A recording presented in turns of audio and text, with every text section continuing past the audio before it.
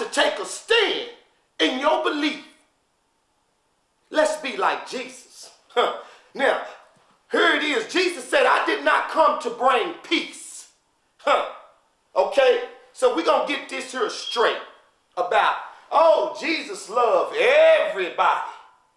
No, we're going to get this straight. I told you anything that I say you disagree with, let's go to the word. Jesus said, I did not come to bring peace.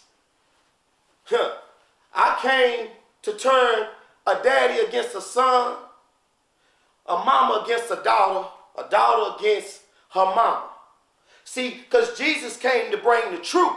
And he's trying to let you know that it's no way that the righteous can be involved with the wicked on a day-to-day basis. It's just no way. And you think you married. And your girl going to the club all day long, or your man is going to the club all day long. There's no foundation in your home dealing with God. And now you talking about going to counseling to talk to the preacher on why this relationship can't work. I'm going to tell you why the relationship can't work. Because the foundation in believing in one God is all screwed up. Because see, if as a woman you stay in your place and do the things God has told you to do, the relationship will work. See, the man do what God has told him to do, the relationship will work. You don't need to go talk to a preacher and get counseling. What you need to do is open your book and read it and start applying these principles to your daily life. See, a family that pray together, they stay together. You want to know why you got confusion in your relationship? Because somebody is out of character. Somebody is out of place. Somebody is out of place. You have to understand that God have to be your foundation. God got to be what you filter everything through. How can you be a strong mother, believing firmly in God, and allow your son to be a child molester and you know it? And you know it, but you say you got a relationship with God. You know some child molestation stuff has been going on in your home, and you allow it, and you know it, and you don't turn this boy in. But you say you believe in God. You know that your son is a homosexual, and homosexual activities are going on in your home, but you say that you're a firm believer in God. You're constantly talking about you're worrying about where I'm going to get this from, where I'm going to get that from, how I'm going to pay my bill, where my car note is due, but you're constantly saying you believe in God. Now, you don't even know nothing about God because you ain't opened up the book to read it, and you don't let somebody tell you that 3 make 1. There ain't nowhere in that book that said 3 make 1. And there ain't nowhere in that book that Jesus told you to worship him.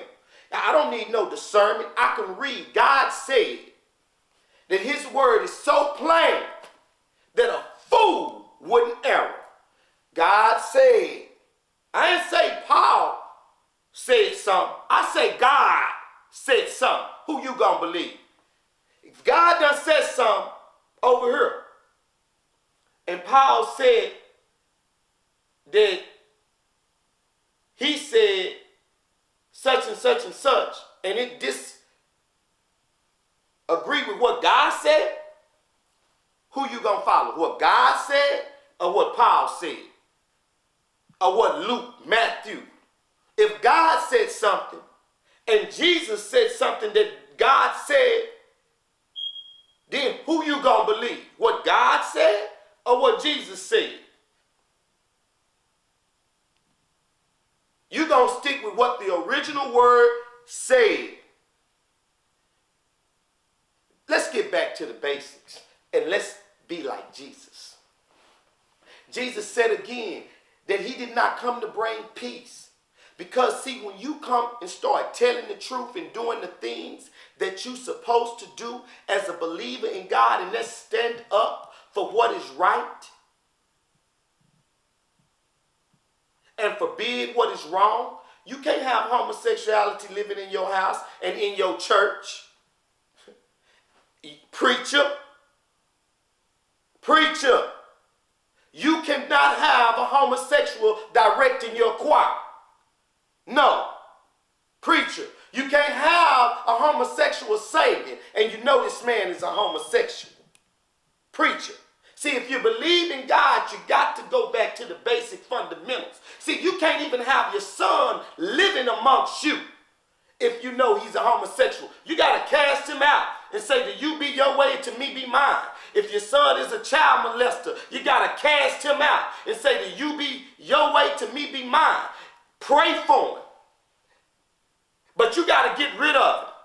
See, you got to understand, when Jesus, in Revelation, when Jesus was coming, he say he had a sword in his hand. Okay, you say he loved everybody now, but they say when he come back, he had a sword in his hand, and on the sword it was some blood. It was some blood. So he didn't come for peace. He came to get it right. So I'm going to tell you right now, whether you like it or not, I don't care if it's your son, your daughter, if they're doing what is wrong, you got to address that. You got to get on that. Bottom line, homosexuality is wrong because you cannot reproduce. God said, be fruitful and multiply, and told a woman to have babies. It's wrong. Bottom line. Don't do no tripping. Don't go in there trying to find it in there because it ain't in there no type of way. And you pastors, you know it's wrong, and you allowed to go on up in your churches just so you can get something in the collection plate. God's wrath will be up on you. Don't get it twisted. This is not a game. You as a pastor need to address that.